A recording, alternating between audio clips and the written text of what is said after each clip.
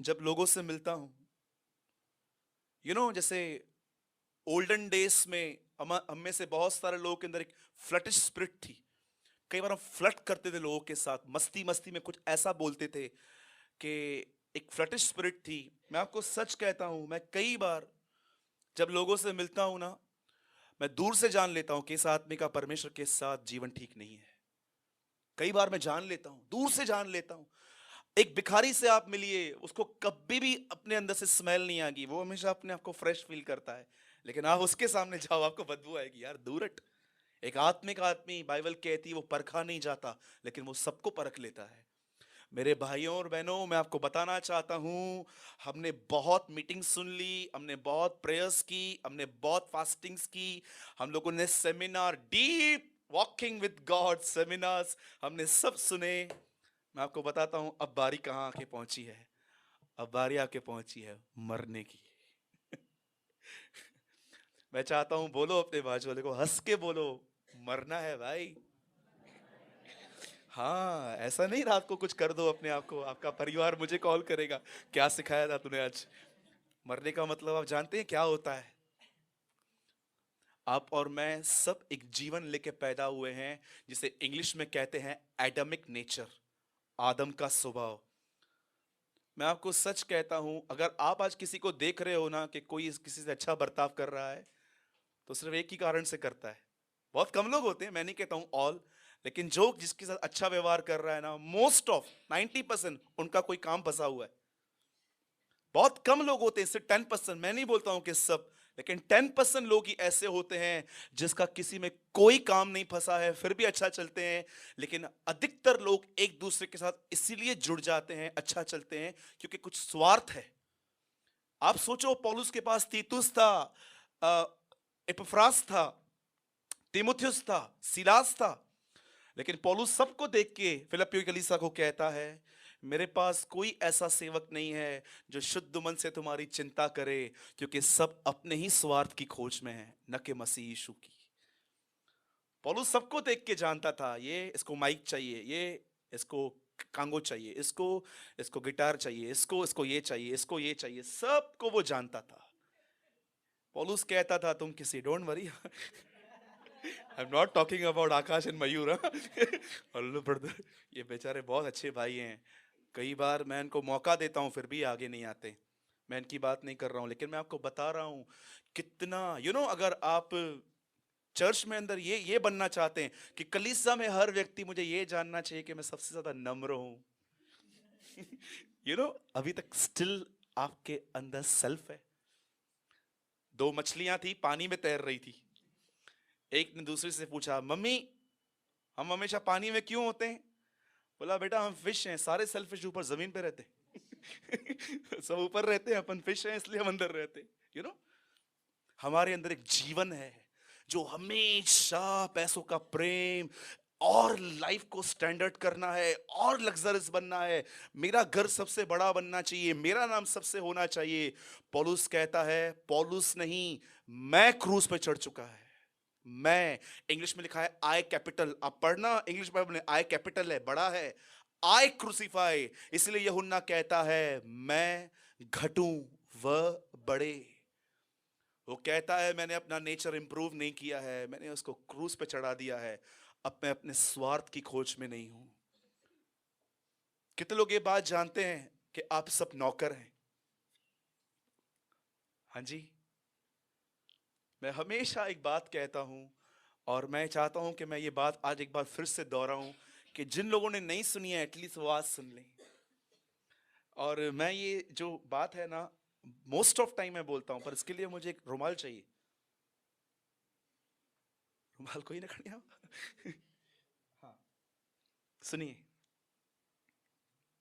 एक परमेश्वर के जन थे, और जहां तक मैं जानता हूं वो आज भी जिंदा हैं।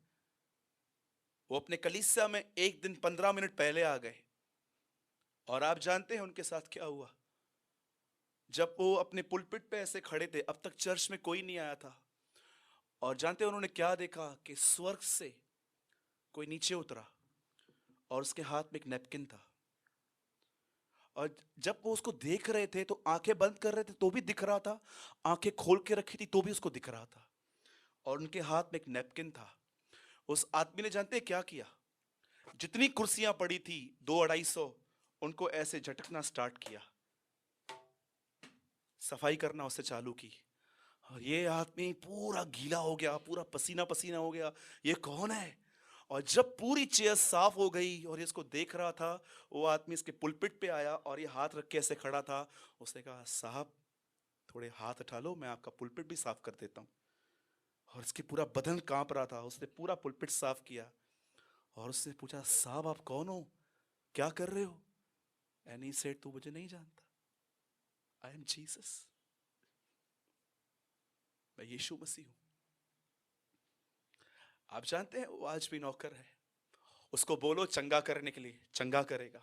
उसको बोलो छुटकारा चाहिए, छुटकारा देगा। उसको बोलो नौकरी नहीं चाहिए, नौकरी देगा। सबके लिए सब कुछ बन जाता है, वो आज भी नौकर है। हम बड़े हो गए हैं, बहुत सारे लोग यीशु से मिलना चाहते हैं, उस सच्चे यीशु से मिलना चाहते हैं, बोलते हैं हमको यीशु से मिलना है, प्रयास करते रहते हैं, बाइबल पढ़ते हैं, उसे पुकारते हैं, पर वो उनको नहीं मिलता। जानते हो किनको मिलता है? वो हमेशा उनको मिलता है जिन्होंने निर्णय लिया है हम नीचे जाएंगे। आज आपकी सांस या हमारा बॉस या कोई और हमें दो शब्द क्या बोलता है, हमारा संबंध हिलने लगता है। हम बोलते हैं मैं इसके बात नहीं करूंगा। आपको पता है कौन था जो जिसने आपके ऊपर अलाव किया कि कोई आपको डांटे? कोई था जो आपको नीचे कर रहा था ताकि आपकी उससे मुलाकात हो सके। हम नीचे होने के लिए रेडी नहीं है। बाइबल पढ़ना बहुत आसान है, चर्च में आना उससे भी ज्यादा आसान है, प्रेयर करना उससे भी ज्यादा आसान है। पर एक समय आता है जब परमेश्वर आपको नीचे करता है। शब्द आपको मारते हैं, कई बार कोई आपकी इंसल्ट करता है, कोई आपके लिए फॉल्स स्टोरीज बनाता है कि इसका है ना ऐसा ऐसा था। और जब आप उसको सुनते हो, आप फाइट नहीं करते हो, आप शांत रहते हो, क्योंकि आप जानते हो कि आपका परमेश्वर आपके साथ है, वो चीजों को सेट करना जानता है। मैं ऐसे लोगों को जानता हूं कई बार जो फॉल्स स्टोरीज बनाते हैं मेरे लिए, कुछ भी बोलते हैं, कई बार एंगर आता है, पर परमेश्वर कहता है चुप, डोंट फाइट। तू चाहता है मैं बात करूं? बिल्कुल प्रभु, keep your big mouth shut, अपना बड़ा मुंह बंद कर दे। मैं आपको सच कहता हूं, यीशु मसीह सेवक है, वो एक नौकर है। जो लोग नौकर हैं, मैंने आपको पहले भी कहा, मैं आपको फिर से कहता हूं, और फिर मैं छोटा सा 10 मिनट का वर्ड लूंगा। आप जानते हैं इस कलीसिया के अंदर सबसे महान सेवकाई कौन सी है? कितने लोग जानना चाहते हैं? हाथ उठाइए। इस कलीसिया के अंदर सबसे महान सेवकाई है बाथरूम धोना। और जानते हैं सबसे छोटी सेवकाई कौन सी है? पुलपिट पे खड़ा होना। कितने लोग ये बात बिलीव करते हैं? आप में से कितने लोग मेल्किसेदेक को जानते हैं? 3 वचन लिखे हैं उसके बारे में। वो इब्राहिम से मिला, उसने इब्राहिम से जानते क्या कहा?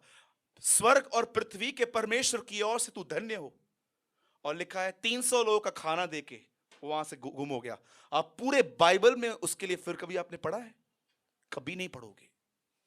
यीशु के लिए ऐसा लिखा गया है कि वो मिल्किसिदक के समान सदा का याजक ठहरा है। आप उस आदमी के बारे में पढ़ो, उसने इब्राहिम से मुलाकात की और इब्राहिम को जो जरूरत थी, वो भूखा था, उसने दिया। और जानते हो, इब्राहिम घमंड में आ जाता, क्योंकि उसने इतनी बड़ी लड़ाई जीती थी। वो उसको बताने आया, तू नहीं जीता है, तुझे खुदा ने जितवाई है। कितनी बड़ी बात है। उसके बाद वो गुम हो गया। जानते हो, यीशु की सेवकाई है, ये हमारी सेवकाई है कि हम कुछ करें और हम वहां से गायब हो जाएं, वापस नहीं दिखें हम।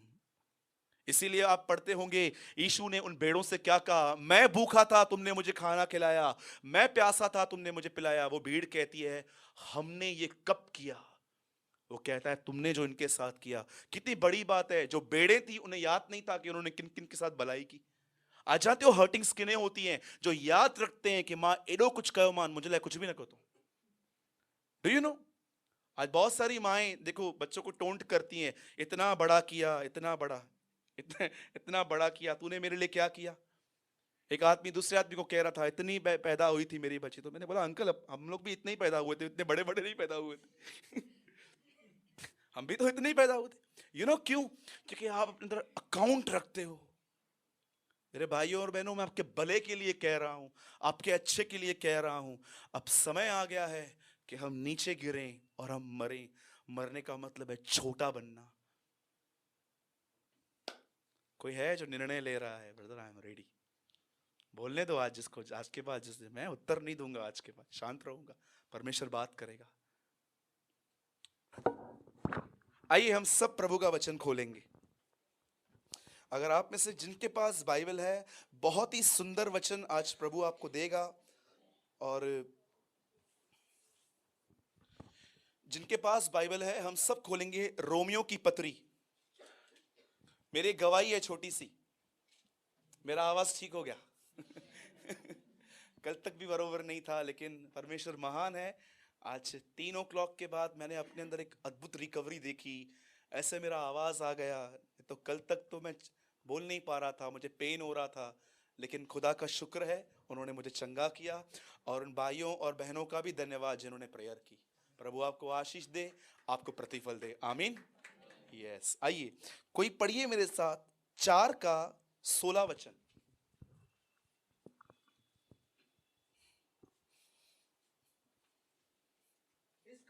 इस कारण प्रतिज्ञा, नो नो नो नो, एक सेकंड बदल, आप रुकिए, ट्रांसलेट।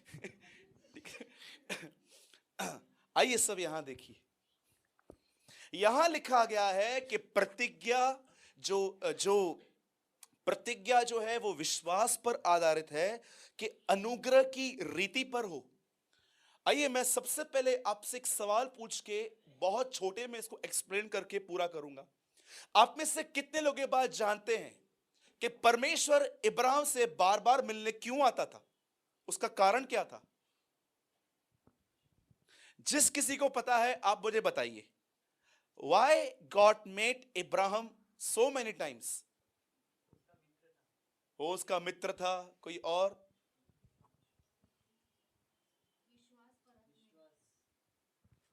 हाँ जी, विश्वास। ओके, कोई और? आइए पीएचडी, जिन लोगों ने 4 बाइबल बाइबल पढ़ा है, भाई कोई तो बोलो। ताकि वो सिद्ध हो जाए। मैं आपको बहुत सिंपल रीजन बताता हूं।